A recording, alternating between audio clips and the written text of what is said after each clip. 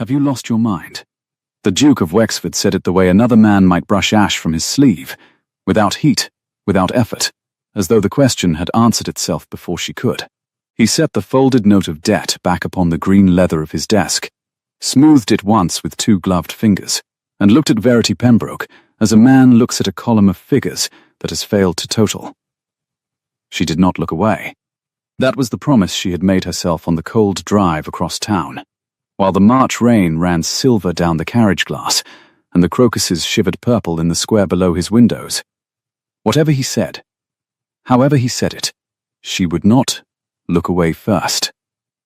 "I am told it is a common condition this time of year," she answered. "Spring fevers. I assure you, Your Grace, I have never been more in possession of my wits than I am at present." The fire had burned low in the grate behind him, banked and orderly, throwing no warmth as far as the chair she had been permitted to take. The room smelled of beeswax and cold ink, and the faint bitterness of the snuff-box at his elbow. Everything in it had been arranged by someone who had never once been surprised in his life. The Duke himself was the handsomest thing in it, black hair, a jaw like a closed door, a mouth that might have been made for laughing, had anyone ever taught it how. Beauty, she thought, was wasted on a man who used it the way he used the poker, to keep distance. "Then I shall speak plainly," he said, "since you are well. Your father borrowed £4,000 of my late father to drain the low meadows and replant the Pembroke orchards. The drainage failed. The orchards, I am given to understand, were a sentiment rather than an enterprise. The note falls due on Lady Day. That is the 25th of this month. 11 days, Miss Pembroke. Should you require the arithmetic?" He turned the heavy signet on his smallest finger, a quarter turn, and let it settle. "On the 26th, Pembroke Hollow and its acres come to me. They march with my own land at Wexbourne. It is, I will own, a tidy outcome. For me. And for the 40 souls who work my father's land, they will work mine instead. I am not a monster, whatever the dowagers tell you over their tea." He almost smiled. "I am merely solvent." Verity folded her hands in her lap so that he would not see the one thing her body wished to do, which was to make a fist. Beneath her glove, against the heel of her palm, she could feel the small, hard shape she had carried all the way from the hollow. Her father's grafting knife in its worn horn sheath slipped into her reticule that morning the way another woman might have carried a vinaigrette. She had not meant to bring it. She had not been able to leave it on the hall table. "I have not come to plead, Your Grace." "No?" One dark brow rose. How refreshing. They generally weep in that chair. The upholstery has grown accustomed to it. "I have come to propose a trade." It was then that he laughed, if the small exhalation through his nose could be dignified with the word, and said it again, more softly, almost kindly, which was worse. "Have you lost your mind?" And Verity Pembroke smiled. She had not planned to. The smile arrived of its own accord, the way the sun sometimes broke for an instant over the hollow's wet hills and gilded everything and then was gone, and she felt it change the room a half-degree before she had decided whether to allow it. The Duke's hand went still on his ring. "You find this amusing," he said. "I find it familiar. My father was told he had lost his mind when he proposed to graft a French pear to an English thorn. The thorn was wild, and the pear was tender, and every wise man in the county agreed the thing could not take." She drew a slow breath. The air tasted of his cold hearth. "We ate from that tree for 19 years, Your Grace. I buried a basket of its fruit with him in the autumn." She let the word buried sit between them, and did not flinch from it. "I have a proposal that will pay your £4,000 with interest and cost you nothing but patience. You are at liberty to call it madness. You are not at liberty to call it weeping." For the length of 3 heartbeats the Duke of Wexford simply regarded her, and the fire ticked, and somewhere below them a door closed, and a horse stamped on the wet cobbles of the mews. She had the brief, vertiginous sense of having interested him, and the certainty, just as quick, that to interest a man like Wexford was to be filed, considered, and shelved. "Go on," he said. "I am told patience is good for the constitution. Try mine." So, she told him. She told him about the orchards that were not sentiment, but the finest cider apples in 3 counties, gone to neglect in the 3 months since she had lost her father, recoverable in 2 seasons by any hand that knew them. She told him she would restage the planting, take the windfall to the new press at Wexbourne he was too proud to know he owned, and render his £4,000 and a 5th part again by the 2nd harvest, if he would only let the note stand and take a share of the yield in the place of foreclosure. She spoke in the crisp, level voice she used with stewards and bankers, the voice that gave nothing away, and underneath it, where he could not follow, ran the other voice, the one that had walked those rows at dawn since she was 6 years old, and knew every tree by the particular way it held the light. When she had finished, the Duke was quiet a moment. Then he rose, crossed to the window, and looked down at the rain as if it owed him an explanation. "You propose," he said, "that I, a peer of this realm, enter into trade with a woman over apples. I propose that you be paid. The trade is incidental." "It is not incidental, Miss Pembroke. It is the whole of it." He did not turn. The grey light flattened him to a silhouette, and for an instant, only an instant, she saw the long bones of his shoulders set as though against a weight, and thought how very alone a man might be at the top of so cold a house.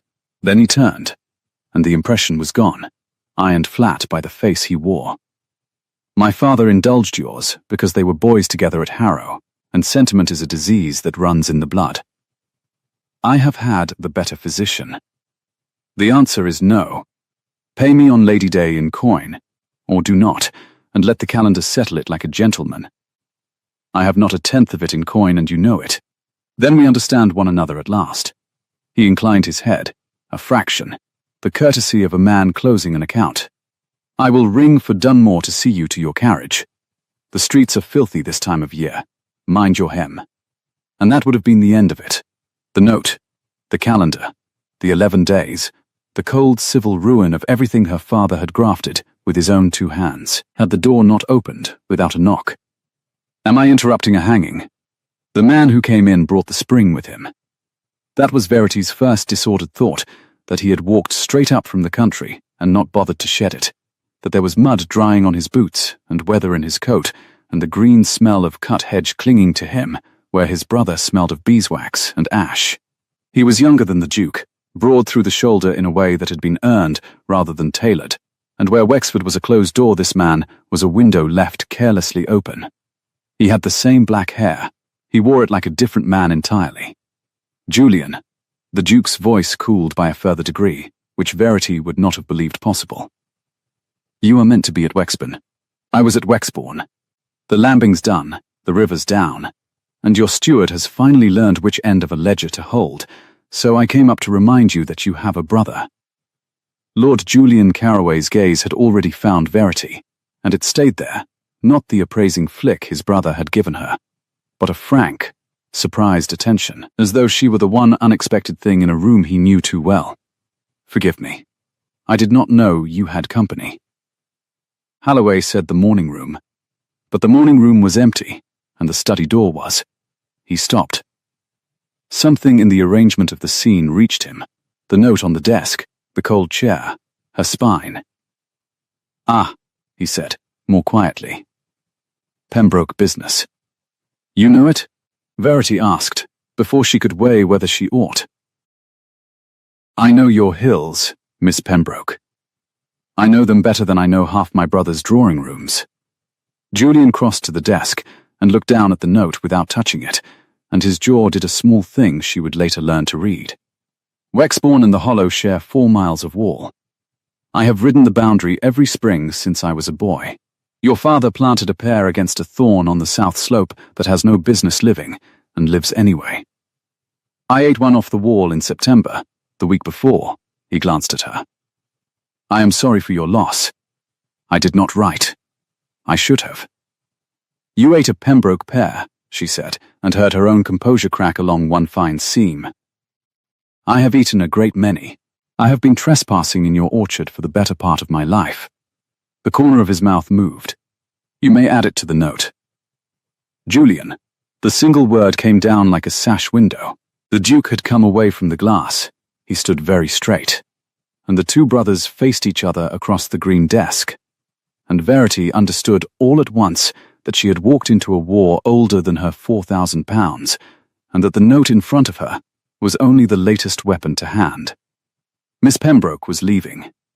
Her affairs are settled. Are they? Julian did not look away from his brother. Settled how? In the customary way. The calendar will have the land on the 26th. For a moment, Lord Julian said nothing at all. Then he picked up the note, actually picked it up, against every rule of his brother's house, and read it through, his thumb moving once across the broken seal. And Verity watched the warmth go out of his face, and something steadier and older come into it. The look of a man taking the measure of a wall he means to climb. £4,000, he said, for the best cider land between here and the Marches, the press at Wexbourne standing idle, and 40 good tenants who voted your candidate in at the last by-election, Crispin, when you could not be troubled to canvass them yourself. He set the note down with great care, exactly where it had lain. You would foreclose on that. For tidiness. I would foreclose on it, the Duke said, because it is owed, and because sentiment is precisely the indulgence that put a coronet on our father's head and very nearly took the roof off it. You were too young to remember the bailiffs.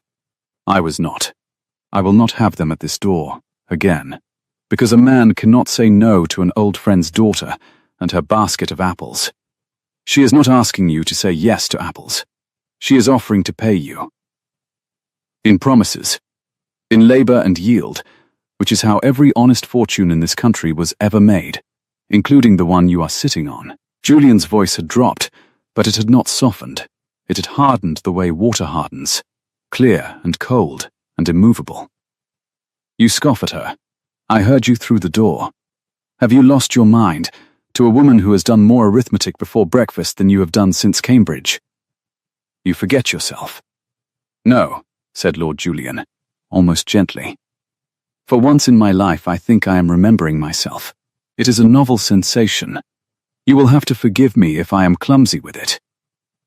The Duke looked from his brother to Verity and back, and a thin, weary contempt settled over his beautiful face. The contempt, she thought, of a man who had expected to be disappointed and was gratified to be proven right. She has 11 days, he said to Julian, as though she had left the room. If she finds £4,000 in 11 days, the note is discharged, and she may keep her thorns and her sentiment, and graft them to her heart's content. If she does not, the land is mine. Those are the terms. They are the only terms. I should be obliged if you would both now allow me to conduct my correspondence in the privacy for which I pay a very great deal of money. He rang the bell. He did not raise his voice. He did not need to. Verity rose.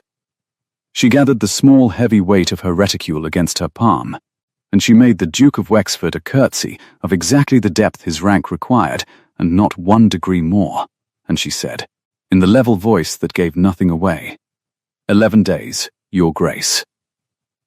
I shall not waste your upholstery. She felt, rather than saw, Lord Julian's eyes follow her to the door. The rain had thinned to a fine grey drift by the time Dunmore handed her down the wet steps, and the square smelled of soaked earth and coal smoke and, faintly, impossibly, of green, of the crocuses bruising open along the railings, of London insisting on spring against all the evidence. Mrs. Croft was waiting in the carriage with the rug across her knees and a hot brick gone tepid at her feet, and she took one look at Verity's face and pressed her lips together. Well, said Mrs. Croft, I needn't ask whether His Grace was charming. His Grace, said Verity, settling onto the cold squabs, was solvent. He was at considerable pains to tell me so. Solvent, her late mother's friend, sniffed and snapped the carriage blind down against the drizzle. There's a word men learnt to say, when kind grew too heavy to carry. Your father, the Lord rest him, was never solvent a day in his life, and there was always a fire in his grate, and a guest at his table. She tucked the rug more firmly over Verity's lap, a small, fierce gesture, and her voice gentled the way it did when she thought no one would hold her to it. 11 days, was it? I heard the footman. 11 days. The carriage lurched forward over the cobbles.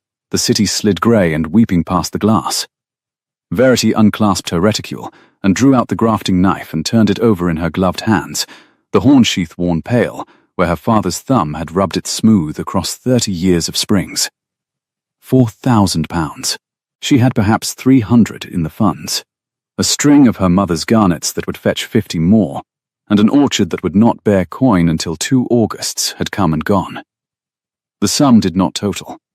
It had not totaled at midnight, and it did not total now, and the Duke had been right about that much, which was the cruelty of him. He was so very often right about the small things that one forgot to ask whether he was wrong about the large. And underneath the arithmetic, where the other voice lived, she was standing on the south slope in September light with a man's words in her ears. Your father planted a pear against a thorn that has no business living, and lives anyway. She had not known anyone else had seen it. She had thought herself the only living soul who walked those rows and understood them, and to learn that a stranger had been eating her father's impossible fruit off the wall for the better part of his life, year after year, unannounced. It undid something in her that the Duke's contempt had left perfectly intact. Miss Verity. Mrs. Croft was watching her. What is that face? Nothing. The cold. She slid the knife away. Drive on, Croft. I must write to the bank and to Mr. Aldous about the press, and I must think. But she had not been thinking of the bank, and they both knew it, and the carriage rolled on into the wet, bright ruin of the afternoon, while 11 days ticked quietly down toward Lady Day. He came to Half Moon Street the next morning. Before the chocolate was cold, she had not expected him. She had expected, if anything, a curt note from the Duke's solicitor, some further refinement of the screw. And so when Mrs. Croft put her head round the parlour door, with an expression caught between scandal and delight, and said, Lord Julian Carroway, and no card, and mud to the knee, Verity set down her pen with a care that surprised her, and found that her heart had begun, quite without permission, to keep faster time. He filled the doorway of the little hired parlour the way he had filled his brother's study. Too much weather, too much shoulder, an open window in a closed season. He had clearly come on horseback through the morning streets. There was rain in his hair and a high colour from the cold, and he stood turning his hat in his hands, with the air of a man who has ridden to a decision faster than he can defend it. Miss Pembroke, forgive the hour, and the boots, and the fact that I have brought no chaperone, no card and no good manners whatever. Your Mrs. Croft will sit in the corner and frown at me, which is precisely what she ought to do. He glanced at the older woman, who had indeed taken up a station by the window with her work-basket, and an expression of magnificent disapproval. I have come to say a thing, and if I do not say it badly, and at once I shall lose my nerve and say it well and too late. Then say it, my lord. Verity remained standing. The grafting knife lay on the writing desk at her elbow, where she had set it down the night before. I have, as you may recall, 10 days to lose my mind in. I cannot spare much of one to courtesy. That startled a short laugh out of him, and the laugh was the most dangerous thing about him. It was entirely without cruelty, and she had grown so accustomed in one day to its opposite that the lack of it nearly buckled her knees. 10 days to find £4,000 you do not have, against a man who will not bend, over land you will lose to him whatever you do, unless— He stopped. He set his hat down on the chair, deliberately, as a man lays down a card he cannot take back. Unless the land is no longer yours to lose, unless it has come, by perfectly lawful means, into the hands of someone my brother cannot touch. And who, said Verity slowly, would that someone be?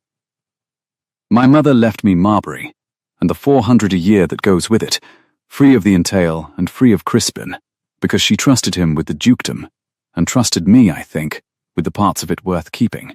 Julian's dark eyes did not leave her face.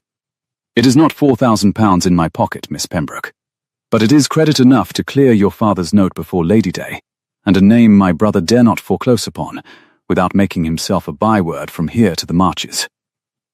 Wexford will not ruin a Carroway. He has spent 30 years teaching the world that we do not crack.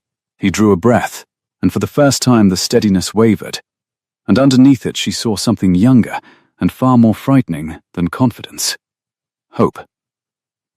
I am asking whether you will marry me. By special license, within the week, before the calendar can settle anything like a gentleman. I want your orchard, Miss Pembroke. I have wanted a thing of my own to build for longer than I can decently say. And I think you want a partner more than you want a rescuer. And I have no wish to be the second when I might be the first. The fire shifted in the grate. Mrs. Croft's needle had stopped entirely. Outside, a costermonger was crying violets along the wet street, the first of the season, his voice rising thin and hopeful through the glass. Verity looked at the grafting knife on the desk, at the horn worn pale by a vanished thumb, and then at the impossible man standing in her parlour with mud to his knee and his whole reckless heart in his face, offering her the one outcome no wise person in London would call anything but madness. And she felt the smile begin again, low and certain, the way the sun broke over the hollow's wet hills. You understand, she said, that your brother told me, not one day ago, that I had lost my mind. I was there, said Lord Julian.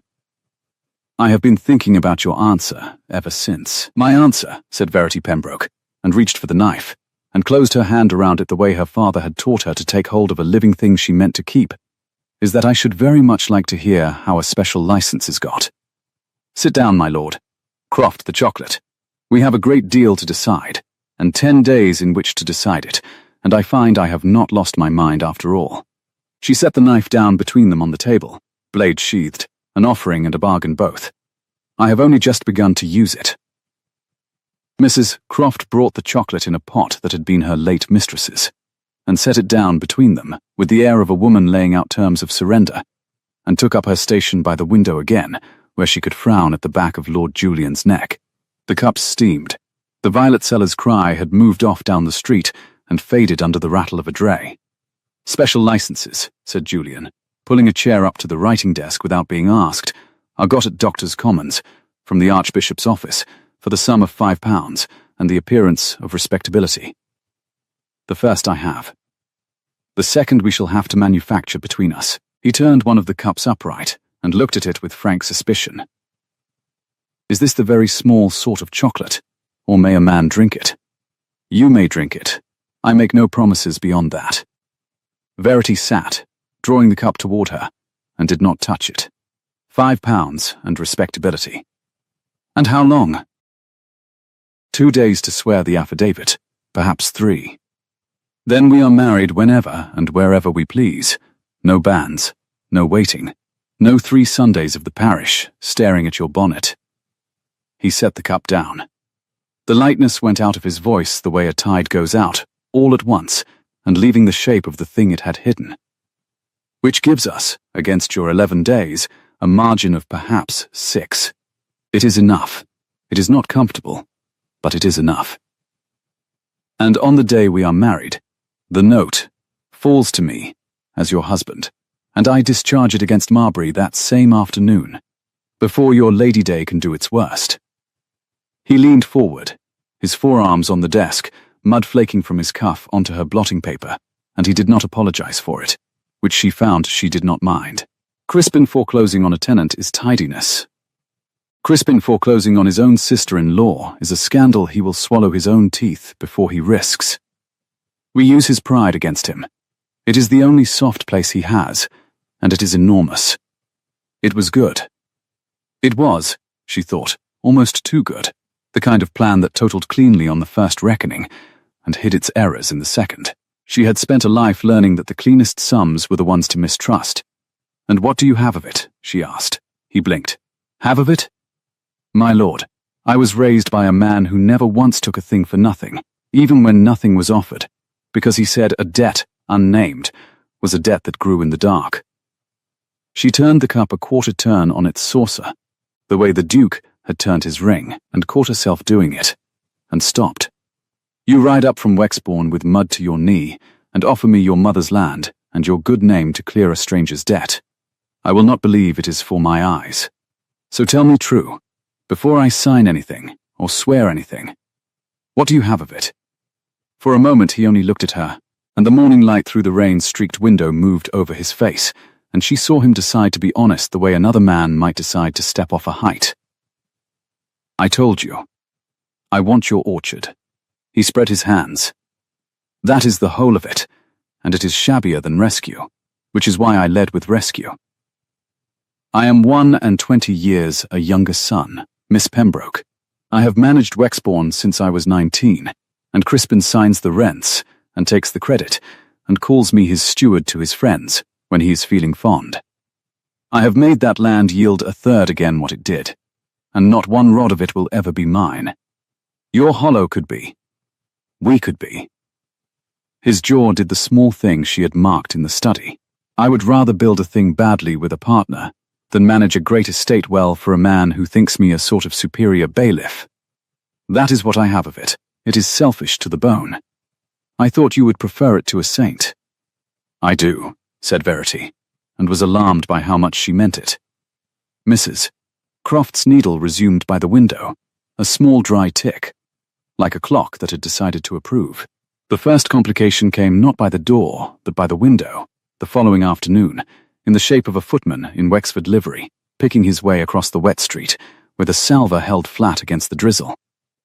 Verity watched him come from the parlour glass, her pen gone still over the letter to Mr. Aldous about the press. She knew the livery, that particular cold blue, the silver lace, and she knew, before Mrs. Croft brought the card up, whose hand would be on it. It was not the Duke's hand. It was a copperplate she did not know, and the card beneath it, engraved, fine, smelling faintly of orris root, the Lady Sybil Ash. And below, in the unknown copperplate, 2 lines. "Lady Sybil presents her compliments to Miss Pembroke, and would be glad of half an hour, on a matter touching the family of Carraway, this afternoon at 4. "Carraway," said Mrs. Croft, reading over her shoulder without the least shame. "That's quick. He's not had his banns dispensed a full day, and the vultures are circling already." She straightened. "Who is she, when she's at home?" "I do not know." Verity turned the card over. Nothing on the back but the cold smell of the scent. "But she writes touching the family of Carraway, as a woman writes touching a debt of mine. She means me to be afraid before I have so much as poured her tea." She set the card down. "Which means I had better pour it very well. Croft, the good cups. And the seed cake, if there is any, let us be respectable at her." Lady Sybil Ash arrived at 4 exactly, which Verity noted, because punctuality in the fashionable was itself a kind of weapon. She was beautiful in the way the Duke was beautiful, beauty kept like plate, polished and locked, and brought out to overawe, perhaps 30, in a pelisse the deep violet of the season's first crocus. Her dark hair dressed close beneath a bonnet that had cost more than the garnets.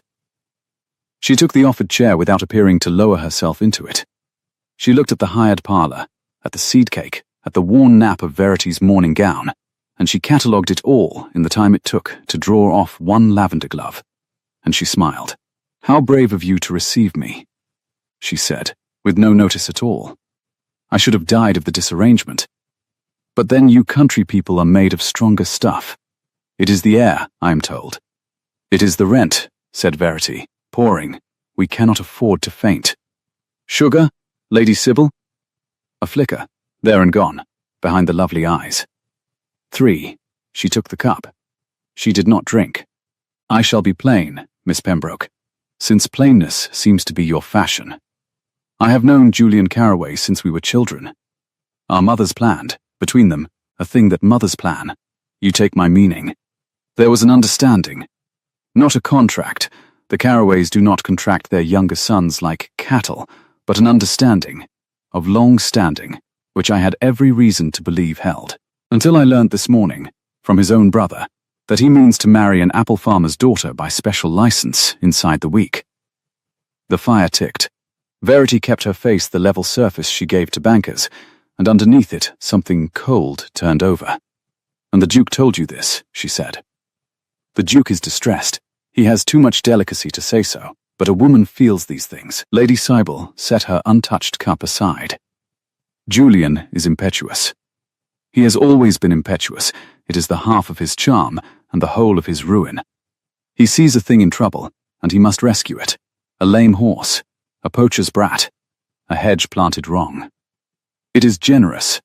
It is also a kind of appetite, and it passes. Miss Pembroke, it always passes, and what is left when it has passed is a younger son with 400 a year, and a wife the ton will not receive. She drew her glove back on, finger by finger. I came to do you a kindness. Take the rescue. Let him clear your wretched note, by all means, and then release him, before the license, before the thing is past mending, and let him return to the life and the people he was bred for. You will have your land, he will have his name, and I, the smile again, perfect and cold, I shall think rather well of you, which you may find is worth a good deal more than 4 miles of cider wall. Verity set down the pot. Her hand, she was pleased to find, was steady. You have told me a great many things, Lady Sybil, she said. You have told me that you have an understanding that is not a contract, which is to say no understanding at all that a man is bound by.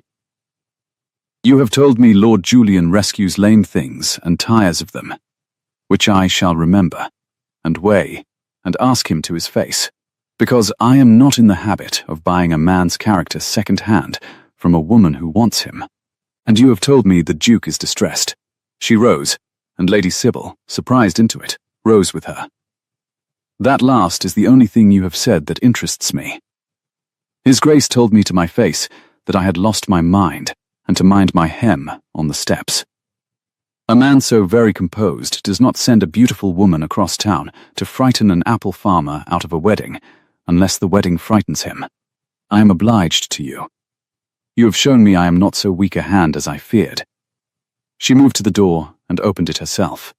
Croft will see you down. Mind the steps, Lady Sybil. The streets are filthy this time of year. When the violet police had swept out and the street door had closed, Mrs. Croft came in slowly and stood looking at the abandoned cup with its 3 sugars dissolving untouched. "You'll ask him then," she said, "about the understanding." "I shall ask him everything," said Verity. But she was looking at the card in her hand, touching the family of Caraway, and the cold thing in her had not turned back over, and she thought, "The Duke is distressed."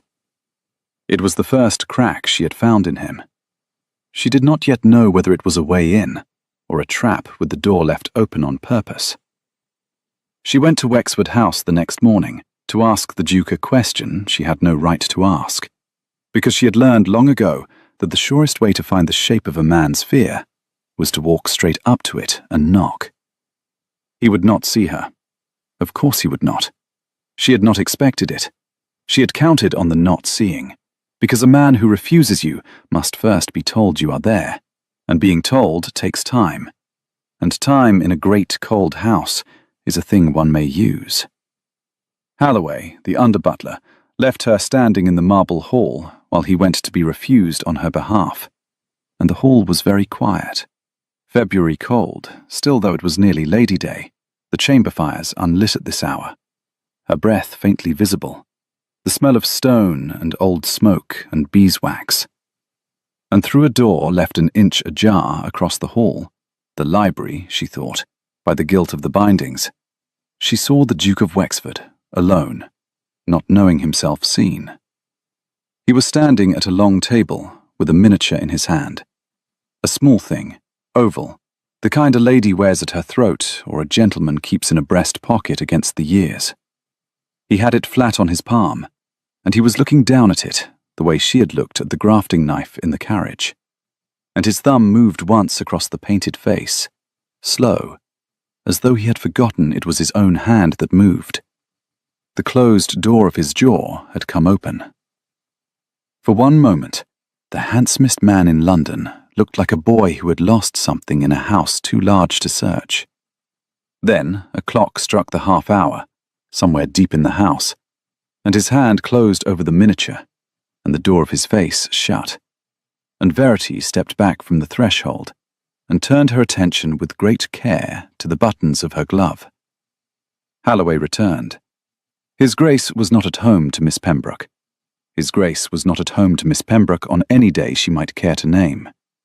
Would Miss Pembroke take her carriage from the front, or would she prefer the side, where the rain did not drive so hard? "That front," said Verity. "I find I am not afraid of a little weather." She was on the third step down, the drizzle finding the gap at her collar, when the Duke's voice came from above and behind her, dry and cold and entirely composed, with no trace whatever of the boy in the library. "You are persistent, Miss Pembroke. It is a quality I admire in tradesmen and deplore in everyone else." She turned. He stood in the open doorway, immaculate, the picture put away wherever such pictures are put. Behind him in the hall, half a head taller and twice as windblown, stood Julian, arrived from somewhere, his face dark with the quarrel she had walked in on the end of. "Your Grace sent a woman to my parlour yesterday," Verity said, "to tell me your brother tires of lame things. I came to ask whether she came at your bidding. You have answered me by refusing me, which is its own kind of yes. I am obliged to you.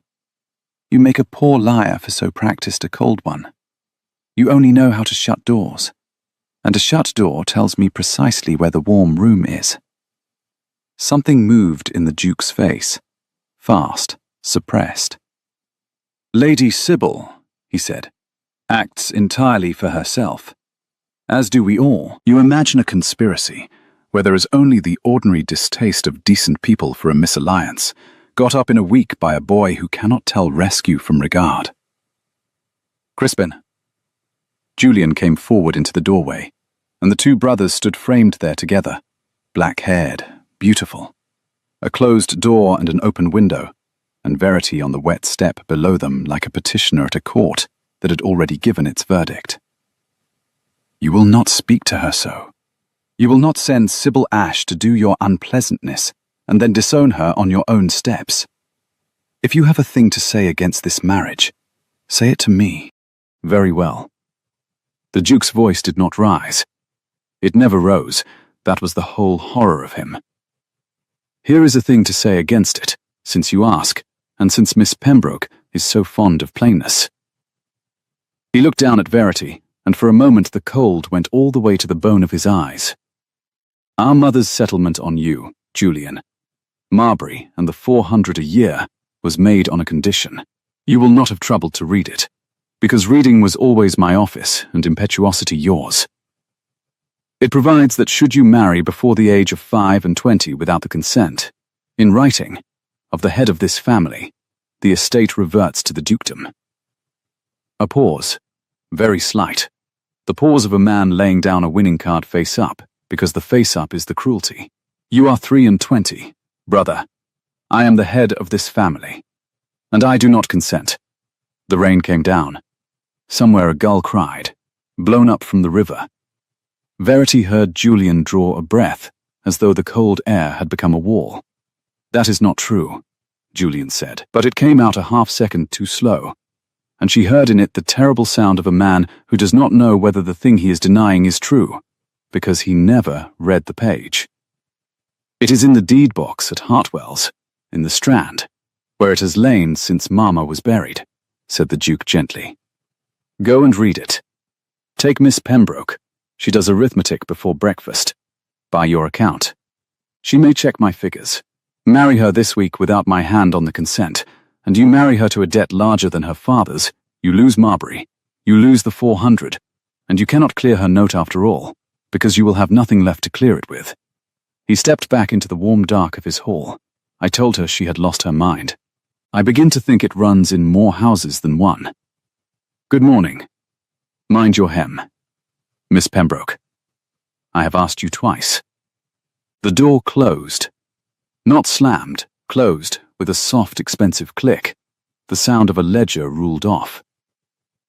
Verity stood in the rain and looked up at Julian, who had come down 2 steps without seeming to know it, his hat forgotten in his hand, the colour gone out of his face, and something far worse come into it, doubt of his own ground. "Did you know?" she asked. Quietly, not an accusation, a sounding, The way one sounds a well by dropping a stone and counting.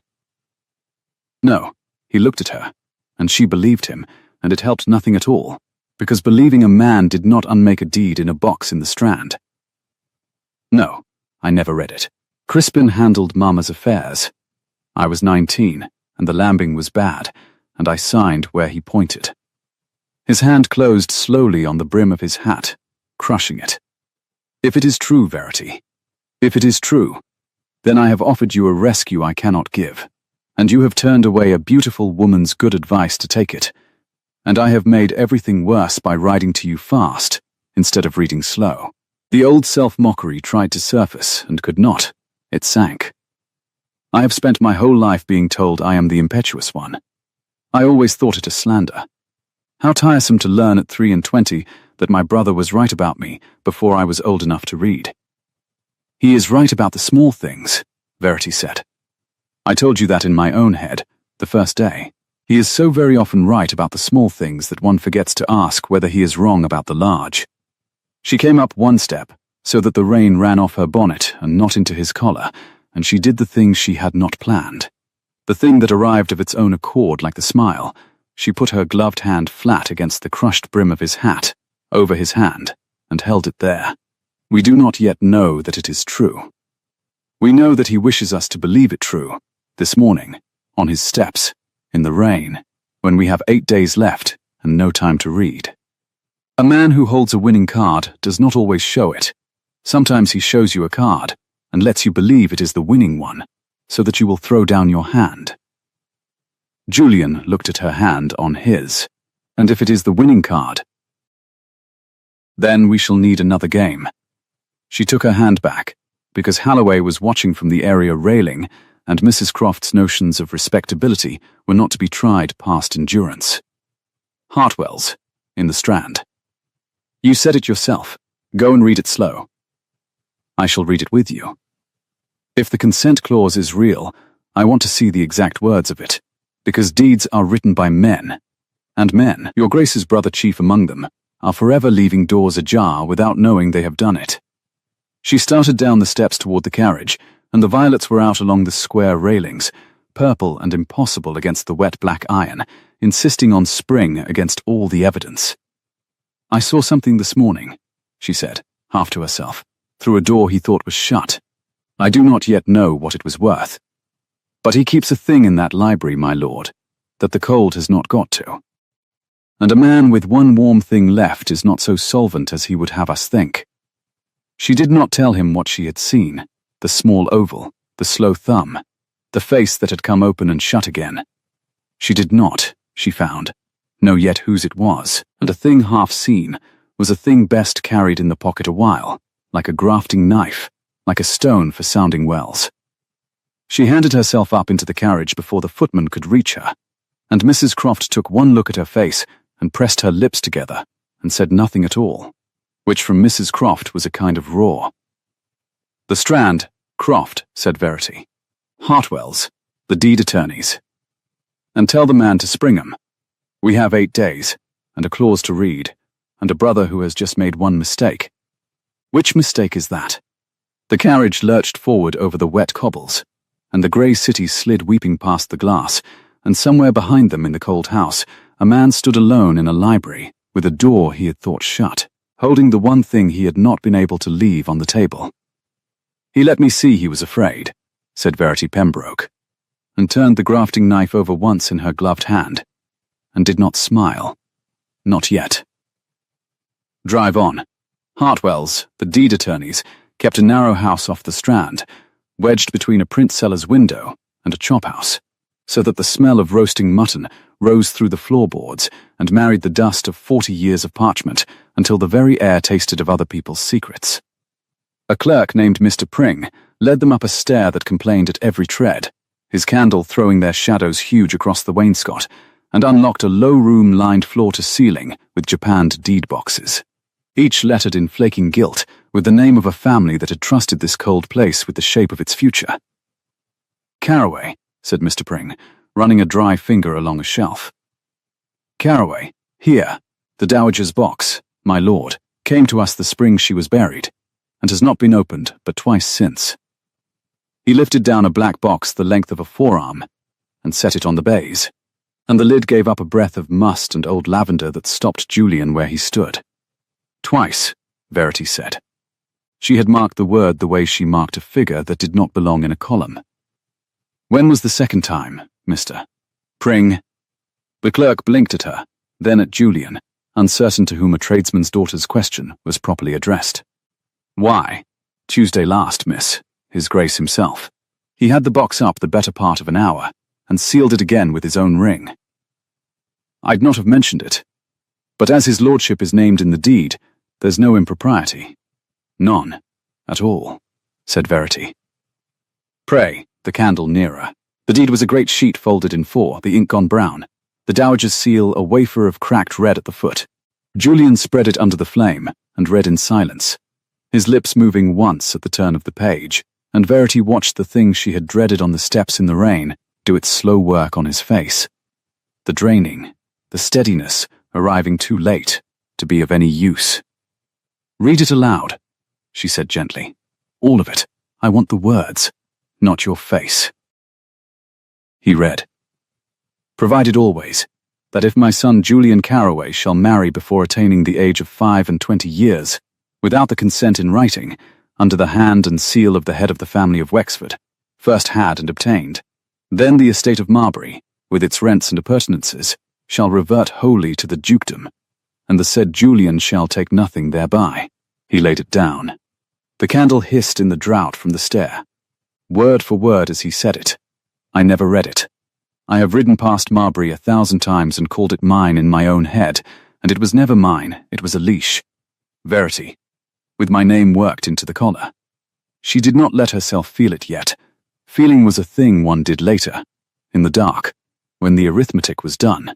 She drew the deed toward her and read it again herself, slowly, the way her father had taught her to read a graft, not for what it said, but for where it had been made to bleed.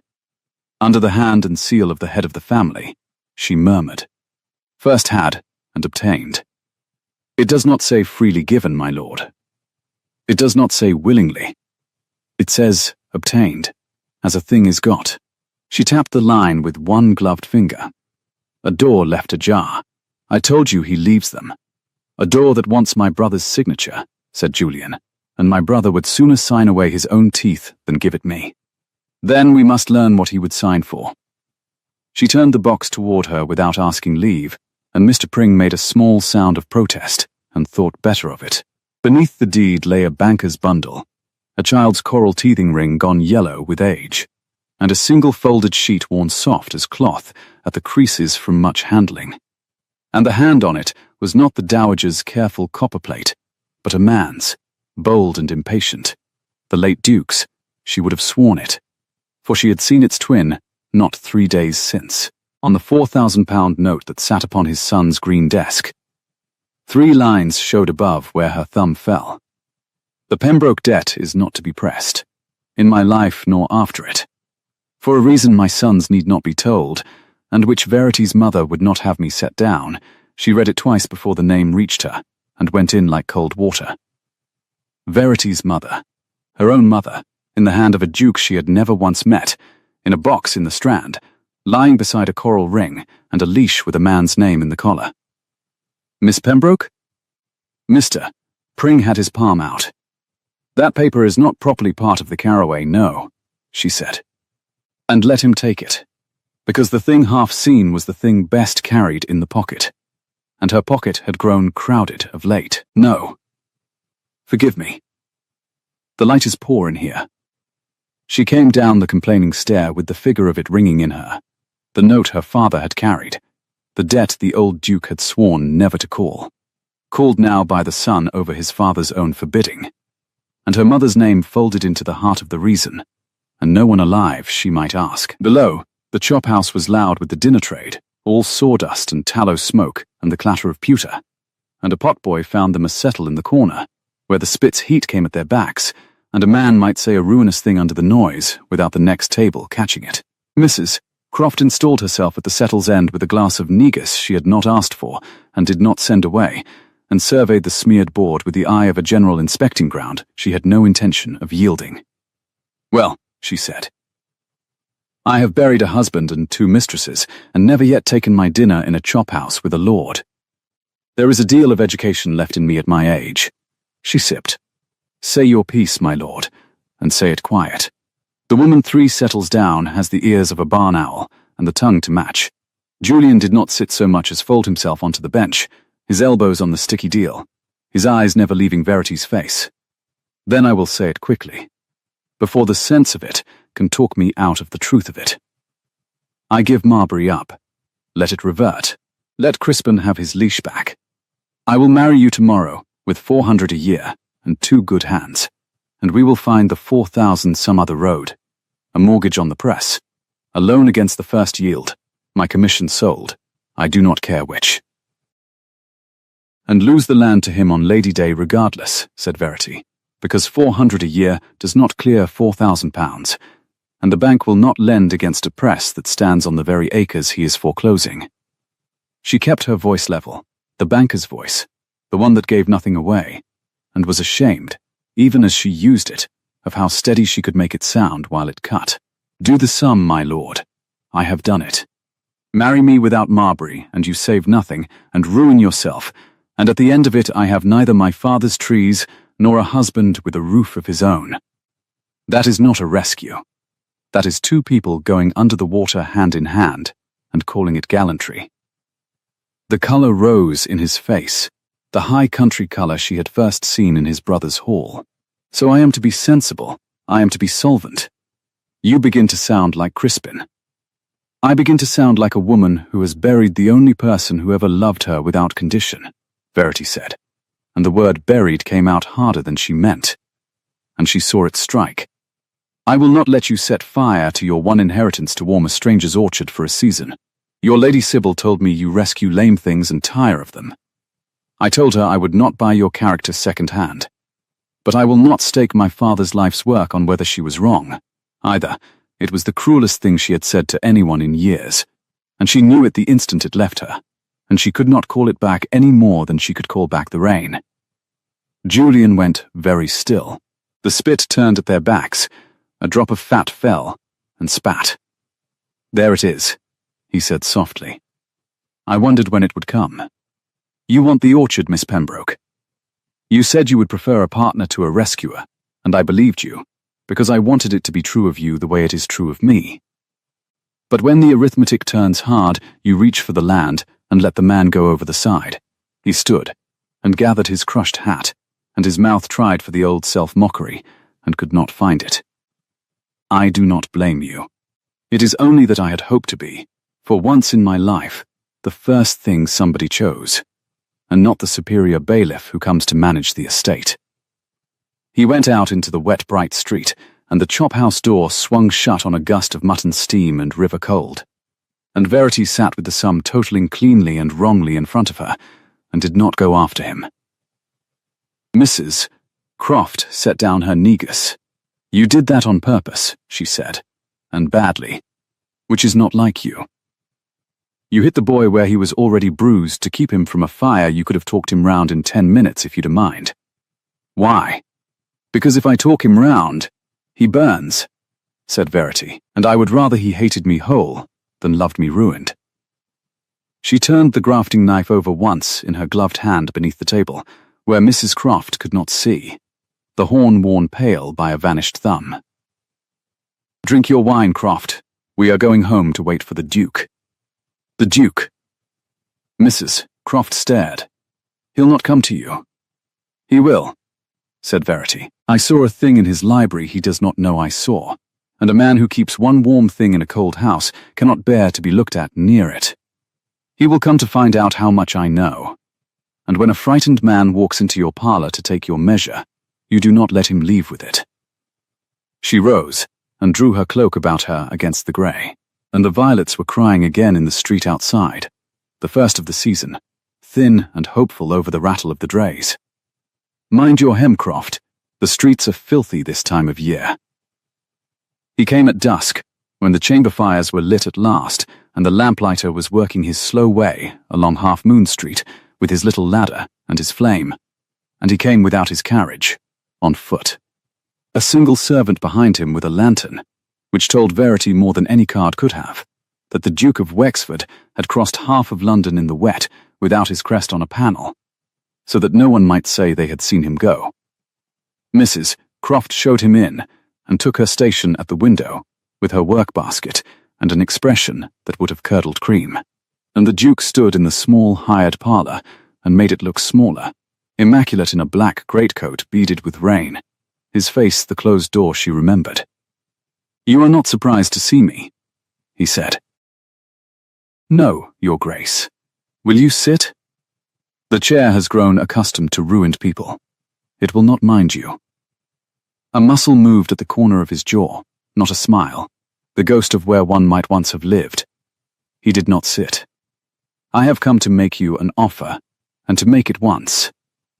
You proposed to me, on Monday, a trade.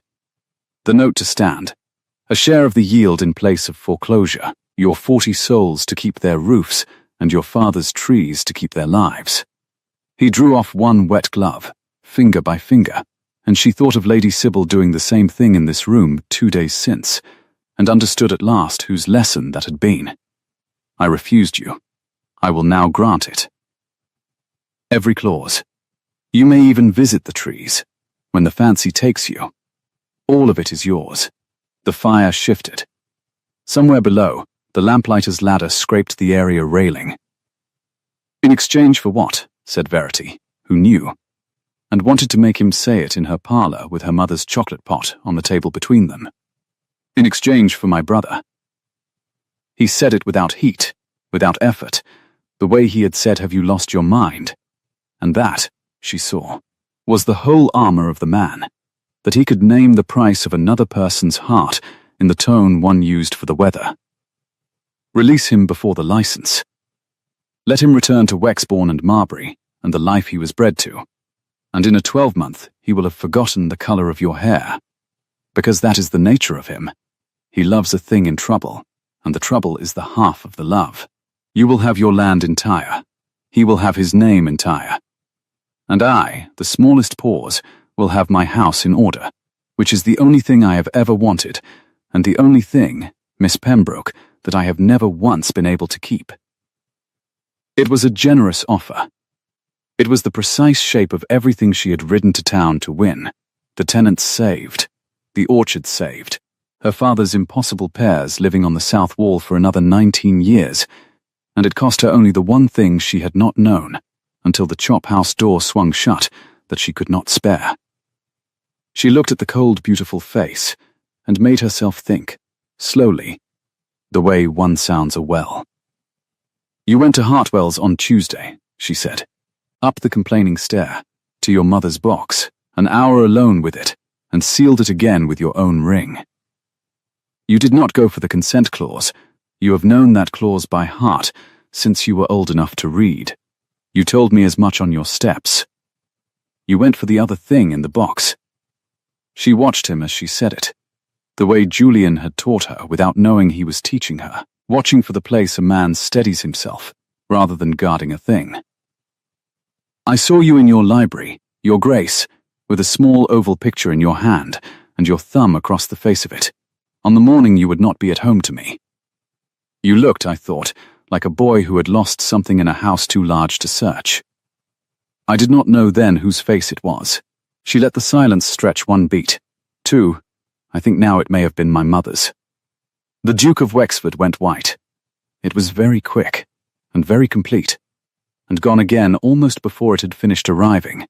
But she saw it, the door coming open and slamming, the same as in the library, and she knew she had thrown her stone down a deeper well than she had guessed. "You overreach," he said, and his voice was steady, and the steadiness cost him. She could hear the toll of it now, having heard the bell ring once. "What is in that box is the business of my family and of dead men, and you will leave it where you found it. My offer stands until Thursday noon. The land, or the man. You cannot have both. Whatever my impetuous brother has promised you with mud on his boots and his mother's deed unread in his fist." He drew his glove back on. "You have until Thursday. After that I withdraw it, and the calendar settles everything, like a gentleman. Good evening. Mind the steps, Miss Pembroke. They are slick. He was gone before she could answer, out into the lit blue dark, his servant's lantern swaying away down the street, and Mrs. Croft let out a long breath through her nose and said, "Well, there's a man who'd sooner be flayed than fond. What in heaven did your mother have to do with old Wexford?" "I do not know," said Verity, and her voice was not quite level, and she let it not be, here, with no one but Croft to hear. "But he kept her face 30 years in a box, and he is foreclosing on her daughter to be rid of the having of it. That is not solvency, Croft. That is a man drowning very tidily and charging the world rent for the splash." She had not finished saying it when the knocker went again, once, hard, and Mrs. Croft, going down with her candle, came back up with her lips pressed white, and Lady Sybil Ashey's orris-scented card, and Lady Sybil herself a half-step behind it, who had passed the Duke's lantern in the street and read everything in it she needed to read. "How cosy," said Lady Sybil, sweeping in a pelisse the deep wet violet of the season, her bonnet pearled with rain. His Grace not gone 5 minutes, and his sister-in-law that was to be still warm in her chair. "I came to do you one last kindness, Miss Pembroke, and I see I am only just in time." She did not sit. She drew off a lavender glove and let her gaze travel over the chocolate pot, the deed papers, the grafting knife on the desk. "Julian is at Wexbourne. He rode out an hour ago in a temper a child could have read, and he told his brother's groom, who tells me everything, the dear creature, that Miss Pembroke wanted the orchard, and has it now, and I am well rid of the managing of her. So, you have wounded him into leaving, which is more than my advice could do. Whatever you said in that chop-house, I am obliged to you. You have saved me the trouble of the rescue running its course. You have come a long way in the rain," said Verity, very quietly, "to tell me a thing you might have written." "I have come," said Lady Sybil, "because the Duke has just offered you the land for the man. Oh, do not trouble to deny it. His face when he passed my chair told the whole of it, and I wished to be standing here when you took it. You will take it, Miss Pembroke. You are a sensible woman, and the sensible thing is the land. He will tell himself, in a year, that he was always going to tire of you. I will tell him so over and over, until it is true, and you will have 4 miles of cider wall to comfort you, which is a great deal more than most jilted farm girls are left with." She drew the glove back on, finger by finger, the gesture Verity now knew for what it was. "Send the Duke your yes by Thursday. Everyone gets what they came for. It is the tidiest outcome imaginable. For everyone," and she swept out, violet and triumphant, into the wet bright dark, and the street door closed, and the lamplighter's flame guttered and steadied in the window glass, and Verity Pembroke stood alone in the little hired parlour, with her father's knife on the desk, and her mother's face in a stranger's box across the city, and the whole of her life narrowed to a single sum that would not total, however she worked it. The land, or the man. The 40 souls who had buried baskets of fruit with her father, or the one man who had eaten the impossible pears off her wall for the better part of his life, and ridden to her through the morning streets with his whole reckless heart in his face. Her duty, or her need. Thursday noon, or ruin. She sat down at the desk. She drew the bank paper toward her, and the pen, and the cold pot of ink, because she was her father's daughter, and her father had taught her that a debt unnamed was a debt that grew in the dark, and there was nothing in all the world so dangerous as a sum you would not sit down and face. "Croft," she said, and her voice had gone level again.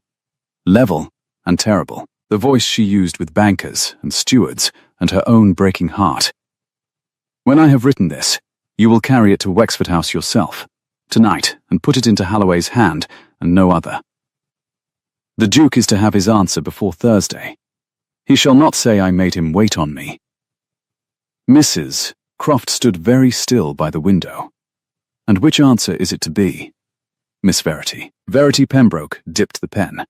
Outside, the first violets of the spring bruised open along the black iron railings, purple and impossible, insisting on the season against all the evidence of the cold. And for the first time in 3 days, When she reached for the smile that had carried her up the steps of a duke's house, and through the worst he could say, she found that it would not come. "Drive on, Croft," she said softly, to no one, to her father, to the knife. "Light the candle. I have a thing to write, and a sum to settle, and very little night left in which to lose what is left of my mind." And she began to write. The pen moved, and it did not move as she had promised Mrs. Croft it would. She had meant to write yes, or to write no, and to have the matter ruled off like an account. Instead, she wrote 4 lines in the level hand her father had taught her, and read them over by the guttering candle, and felt the smile come back at last. Small, certain, the sun, over the wet hills. "Your Grace, I will give you my answer on Thursday, at noon, in your own library, and not 1 hour before. Be so good as to have your brother fetched up from Wexbourne. What I have to say is for the both of you, and for a third party besides, who has been 30 years silent and is owed a hearing." "V. Pembroke there," she said, and sanded it, and folded it, and pressed her father's old seal into the wax, a graft, 2 stocks bound, the only crest the Pembrokes had ever owned. "Carry that to Halloway tonight, Croft, into his hand and no other. And then we must hire a fast pair, for I mean to go down to Hartwell's at first light, and stand over Mr. Pring, until he lets me copy a thing he would rather I forgot." Mrs. Croft took the letter as a woman takes a lit fuse. "A third party," she said. 30 years silent. Verity Pembroke, what have you done?" "Nothing yet." She capped the cold ink. The lamplighter's flame swam in the black glass, and below it the first violets shut their purple against the dark. "But on Thursday, Croft, I am going to make the Duke of Wexford weep in his own library, where the upholstery is accustomed to it. And then I am going to make him glad of it. I do not yet know how I shall manage the second part." She rose, and the grafting knife caught the candle. "But I have time to spare no longer. A short night, and a long road, and a sum that has finally begun to total." Thursday came up grey and washed and smelling of the river, and the violet women were crying their baskets along Piccadilly when the Pembroke carriage turned in at Wexford House at 1:45. Verity had not slept above 3 hours in 2 nights. She had a copyist's cramp in her right hand and a folded sheet against her stays. Taken down word for word in Mr. Pring's complaining room with the chop-house smoke rising through the boards, and she had read it over so many times that the late Duke's bold, impatient hand ran behind her eyes when she closed them. She knew now what the box held. She knew whose face the cold had not got to. The only thing she did not know was whether the truth would open the man, or only arm him. Halloway took her cloak in the marble hall, and the chamber fires were lit at last, and there at the foot of the great stair, mud to the knee, his hat crushed in his 2 hands, and his face the grey of a man who had ridden through the night and not been asked in to warm himself, stood Lord Julian Carroway. "He had me fetched," Julian said. "Your letter." Halloway read it to him, and he went the colour of his own marble and sent a man down to Wexbourne at a gallop. He turned the ruined hat. "I came because you asked. Not because I have forgiven the chop-house. I have not. I am only weak." "You came," Verity said, and that was all she trusted herself to say in the cold echoing hall, with the under-butler hovering, and her mother's face waiting behind a library door. "It is enough. Be weak a little longer, my lord. Come and hear a thing, and hold your temper if you can, for we shall both of us need it." The library was the warm room of the house. She had known it would be. A fire built high and orderly, the gilt of the bindings throwing back the flame, the long table where she had glimpsed him through the inch of open door, and on it now set out, she saw, deliberately, as a man sets out his ground before a siege, the £4,000 note, his mother's reverted deed, and a small japanned box she knew from the Strand. The Duke of Wexford stood behind the table in immaculate black, and his face was the closed door, and his eyes, when they came to her, had the particular flatness of a man braced for a blow he means to take standing. "You have your audience, Miss Pembroke," he said. "My brother, myself, and the furniture. You spoke of a third party. I see no one." "You see her every day." Verity drew the copied sheet from against her stays and laid it on the green leather, beside its original in the box, so that the two hands of the same dead man lay side by side. Your father, Your Grace.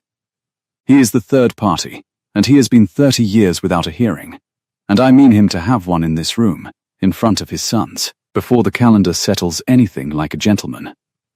The Duke did not look at the paper. He looked at her. You went back to Hartwell's. I copied what you sealed away. I had the right. My mother is named in it, and I am all that is left of her. She set her gloved finger on the line. Read it, Your Grace. Aloud, you made my Lord Julian read his leash aloud in this house. Read your father. For a long moment nothing moved but the fire.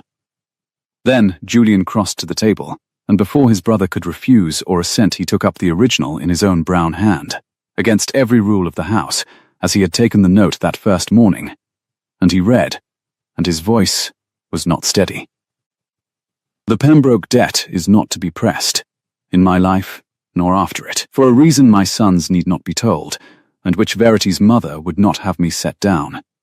Let it be enough that I owe Anne Pembroke a thing no money will discharge, and that the 4,000 was never a loan but a gift dressed as one, that her husband's pride might take it. If my heir reads this, I charge him on my grave, leave the hollow its trees. It is the one good deed of a wasted heart, and I will not have it undone. Julian laid the sheet down very slowly. Anne Pembroke, he said. Your mother. Crispin, what is this? The Duke of Wexford had gone white, the quick complete whiteness she had seen twice now, the door coming open. But this time it did not slam. He put out one hand and steadied himself on the back of his chair, two fingers spread on the leather, and Verity, watching the way Julian had taught her, read it not as composure, but as a man holding to the only solid thing in a room that had begun to tilt. My father, he said, and stopped, and began again lower. My father loved your mother, Miss Pembroke.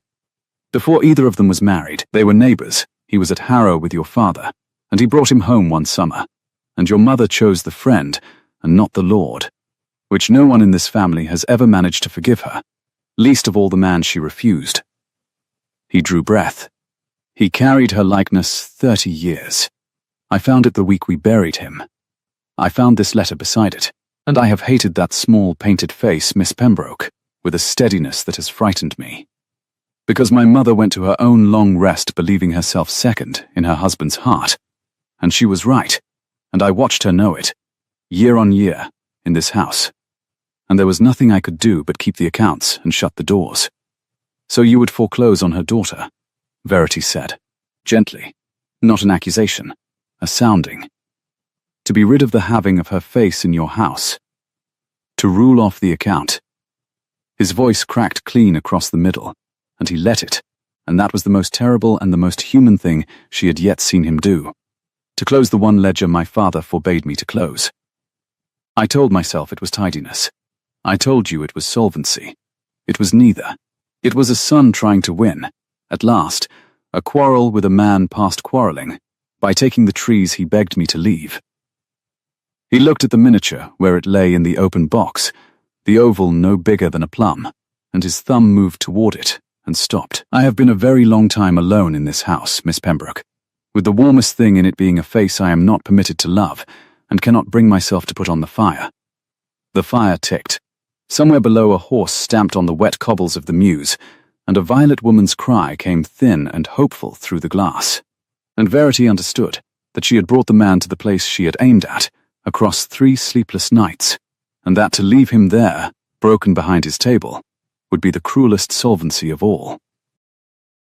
Then put it down, she said. Not on the fire.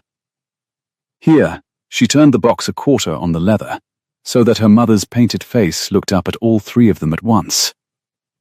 You have kept her in the dark 30 years, Your Grace, ashamed of a love that was not yours, and not your fault.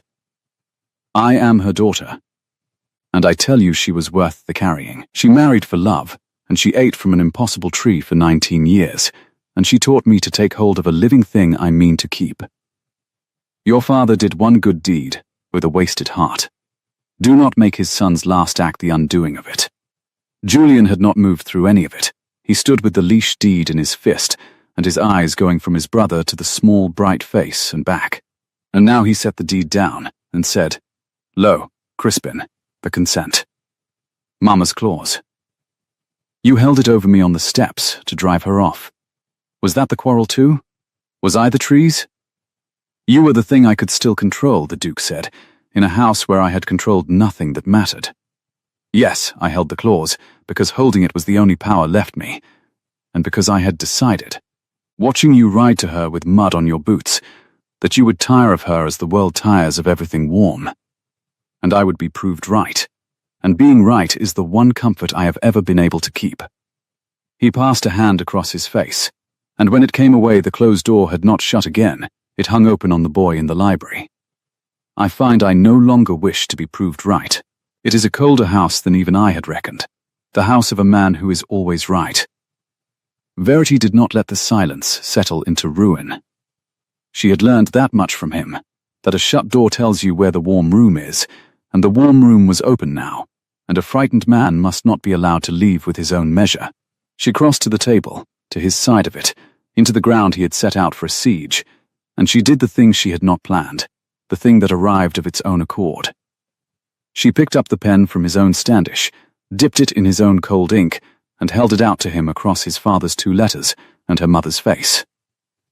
"Sign your brother's consent, your grace," she said. "Let the debt stand as your father charged you. Not pressed, not foreclosed. The trees left their lives. Take your 5th part of the yield from the press at Wexbourne you are too proud to know you own, and call it interest, and call it peace.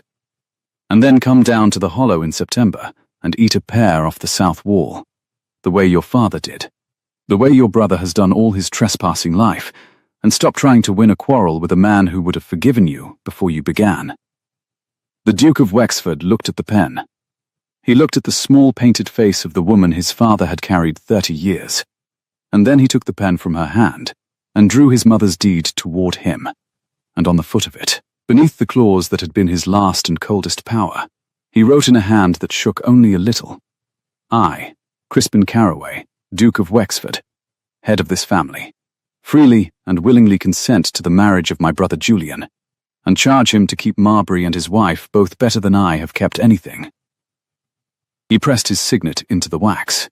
He turned the deed about and slid it across the green leather and laid it in Verity's reach, and beside it, after a moment, with 2 fingers, the way he smoothed everything, he placed the small japanned box with her mother's face turned up.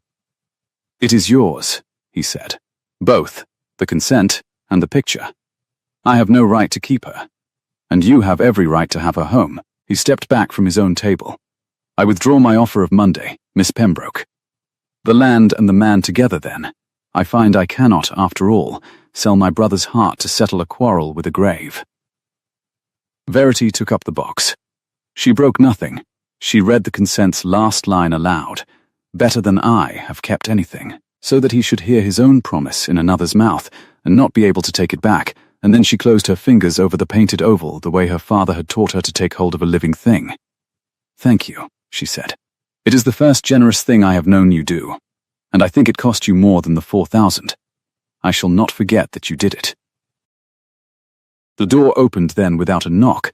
Verity was coming to expect it of this house, and Lady Sybil Ash swept in on a gust of orris root and rain, violet pelisse pearled with wet, triumph already arranged upon her lovely face, having clearly bribed her way past Halloway to be present at the kill she had ordered. "His Grace's man told me the Pembroke girl was come for her answer," she said brightly, "and I would not miss it for the world." "Well, Miss Pembroke, have you taken the sensible course? The land, and let poor Julian come home to." Her gaze fell on the deed, on the box, on the 3 faces turned to her, and the brightness guttered like the lamplighter's flame. "What is this?" "This," said the Duke of Wexford, and his voice had warmed by a degree no one in London would have believed it could, "is my consent to my brother's marriage, Sybil, freely given, and witnessed by you, for which I am obliged. There was never an understanding between you and Julian but the one our mothers wished, and our mothers are past wishing, and I will not have you carry tales between this house and that one any longer. You came at my distress, I think, more than at my bidding. The distress is mended. You may go home." Lady Sybil's mouth opened and shut. She looked to Julian, who had moved, at last, to stand at Verity's shoulder, near enough that she could feel the country cold still coming off his coat. "Julian," she said, "you cannot mean to. I ate a pear off her father's wall the week before he was gone," Julian said simply. "I have been trespassing in that orchard my whole life. I am only proposing to do it now with leave." He looked down at Verity, and the dangerous laugh was nowhere in his face. There was only the steadiness that had arrived too late in the chop house and stood firm now. "Good day, Lady Sybil. Mind the steps. They are slick this time of year." She went. Violet and silent and beaten, she went, and the street door closed below, and the Duke of Wexford turned to the long window and looked down at the rain as if it owed him an explanation, and then, deliberately, turned back, which was a new thing, and said, "I shall ring for chocolate. I am given to understand it is the Pembroke method of settling terms. I have a great deal to learn, it seems, about doing business with people who pay in labour and yield." The ghost of where a smile might once have lived flickered, and, for the first time, took. "Stay and teach me. Both of you. The house is warmer with the door open." I had forgotten. But Julian had taken Verity by the hand and drawn her into the deep bay of the window, half behind the curtain, where the grey spring light fell on them, and the fire could not reach, and where a brother who was learning to leave doors open had the grace to busy himself with the bell. "You hit me where I was bruised," Julian said. "In the chop house. On purpose, and badly. You said you would rather I hated you whole than loved you ruined. I have had 3 days to be furious about it." His thumb moved over her knuckles, slow, the way another man had moved his over a painted face, and one night on the road to understand it. "You were saving me from a fire. You have spent your whole life saving things, the trees, the tenants, your father's knife, a stranger's husband from his own gallantry. You are so very good at it that you forgot to let anyone save you." "I do not need saving," Verity said, and heard her own composure crack along its one fine seam. "I have told you. I wanted a partner, not a rescuer. I know. I have not come to rescue you." He turned her hand over, opened her gloved fingers, and looked at the small worn shape she carried even here, even now. The grafting knife in its horn sheath, slipped against her palm that morning, the way another woman might carry a vinaigrette. "I have come to be grafted to you, a wild thorn and a tender pear," your father said. "No business living. Lives anyway." His voice went rough. "I love you, Verity Pembroke. I have loved you, I think, since you smiled at my brother when he told you that you had lost your mind. I want your orchard. I want your terrible level banker's voice. I want 40 years of doing the arithmetic with you before breakfast, and being wrong and being corrected. I am asking again, with leave this time, and a roof of my own to bring you. Will you have me?" Verity Pembroke looked at the man in her hand and the knife in his, and the smile that had carried her up the steps of a duke's house came back full and certain and stayed. "You understand," she said, "that the whole of London will call it madness. A younger son and an apple farmer's daughter, married by special license in a fortnight, over a debt and a box of paint." "I was there," said Julian. "The first time you were called mad. I have been thinking about your answer ever since." "My answer," said Verity, and closed his fingers around the horn sheath, and her own around his, the two stocks bound, "is yes. By spring. Before the calendar can settle anything like a gentleman." And she lifted her face, and in the grey light of the window, with his brother ringing for chocolate at her back and her mother's likeness warm in her other hand, she let Julian Carroway kiss her, once, careful, the green smell of cut hedge and country rain closing over the cold beeswax of that great house like the season, insisting on itself against all the evidence. They were married 11 days later, on the very Lady Day the note had been meant to fall, in the small grey church at the foot of the Hollow's wet hills, with the hawthorn breaking white along the light gate, and the orchard's first blossom standing pink and impossible against the new green. Mrs. Croft cried and pretended it was the wind. The 40 souls who had buried baskets of fruit with her father came in their Sunday wool and stood at the back and wept without pretending anything. And the Duke of Wexford, who had given his consent freely and his arm to the bride at the church door because there was no one else to give it, came down from London in a plain carriage with no crest on the panel and stood through the whole of it with his hat in his hand and the closed door of his face open the entire time. He stayed 3 days.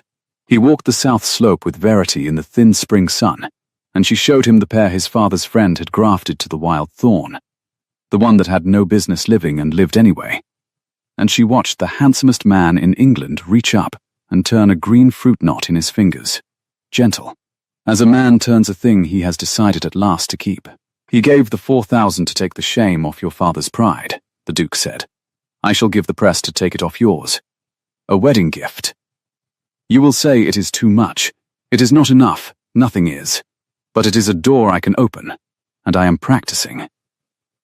He turned the small green knot loose, unbruised. Send me word in September.